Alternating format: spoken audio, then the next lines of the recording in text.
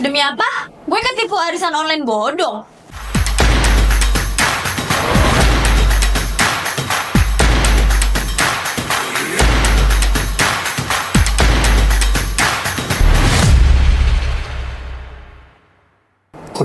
Hah? Demi apa? Gue ketipu arisan online bodong. Kenapa Mbak Des? Jadi gue kan ikut arisan online ya mas ya. Harusnya tuh hari ini tuh diundi, tapi websitenya hilang. Berarti gue ditipu dong. Kenapa bisa ketipu? Ya, sabar ya Mbak Des ya.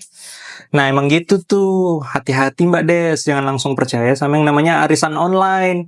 Daripada arisan online, mending masuk aja investasi di pasar modal. Pasar modal. Pasar modal apa tuh Mas Ari? Belum pernah denger? Wah, mau tahu dong, Boleh. Lupa. Siap. Saya bikin kopi ya? Kopi boleh dah. Nah, pasar modal itu, kata dasarnya adalah pasar. Pasar itu, kalau kita ketahui definisinya adalah tempat terjadinya penjual dan pembeli. Nah, pasar yang ada dekat sini contohnya nih, pasar Senen nih. Dia kan mempertemukan penjual dan pembeli tuh. Nah, kalau di pasar modal, bedanya adalah dia mempertemukan antara perusahaan yang membutuhkan dana dengan masyarakat, dalam hal ini namanya investor, itu yang memiliki kelebihan dana. Jadi si investor ini memberikan atau menginvestasikan uangnya ke perusahaan tersebut, biar perusahaan tersebut bisa going concern-nya terus berlanjut, gitu Mbak Desi, Mas Adi. Tapi emang untung mas investasi di pasar modal? Nah, kalau investasi, yang namanya investasi ya, harusnya itu ada untung, ada rugi. Nah, tentu saja kan nggak pasti setiap waktu kita untung atau setiap waktu kita rugi juga. Jadi intinya harus pintar-pintar atau kita harus cerdas dan bijak dalam berinvestasi, memilih produk-produk yang tepat, seperti itu. Oh, ada produk-produknya pasar modal ya? Begitu. Kalau pasar modal harus orang yang bermodal gede ya? Berarti itu Pak? Atau orang kayak saya gini bisa nggak ya Pak? Kalau pasar modal sekarang itu sangatlah mudah. Jadi tidak hanya untuk orang kaya saja. Karena apa? Dengan modal 10.000 juga sudah bisa menjadi investor di pasar modal loh Mas Adi. Gitu. Jadi tidak hanya untuk orang kaya. Buat zaman sekarang nih, udah nggak buat orang kaya pasar modal itu. Seriusan. Ya, ya. Yakin kan? Iya. By the way, tadi tuh kan ada untung, ada rugi. Nah, aman gak sih investasi di pasar modal?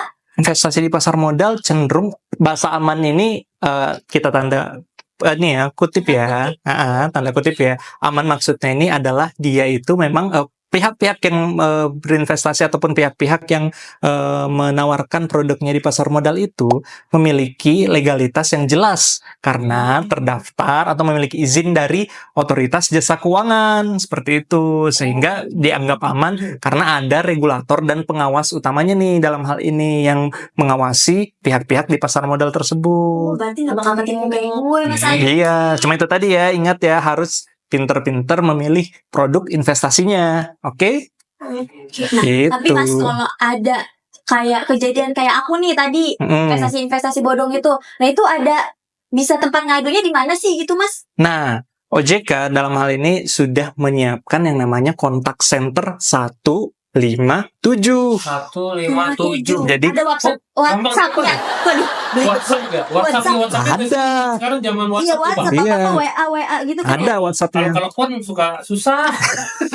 Ya lebih mudah WhatsApp ya, lebih cepet gitu ya. Nah, kalau telepon suka nunggu antrian. Nah, kalau WhatsApp-nya di 081 157 157 157. Oh iya bener, ini dia nih call center OJK. Wah. Iya, jadi kalau mau nanya pihak yang berizin di OJK nih, perusahaannya yang menawarkan produknya, itu nanya bisa di situ. Ini pihaknya dapat izin dari OJK nggak? Atau mungkin produk-produknya yang Mbak Desi atau Mas Adi mau beli nih, bisa juga ditanyain melalui kontak center 157 tadi. Wah, jadi penasaran sih sama pasar modal nih Nah Mbak Des. kalau aku sama Mas Adi mau daftar jadi investor gitu, gampang nggak Mas Adi? Oh, gampang banget sekarang, apalagi dengan adanya kecanggihan dari handphone ya.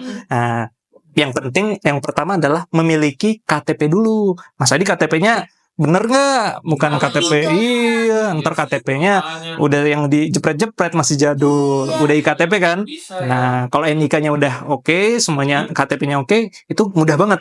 Jadi cukup download aplikasi-aplikasi yang ada dari perusahaan-perusahaan yang menawarkan produk pasar modal.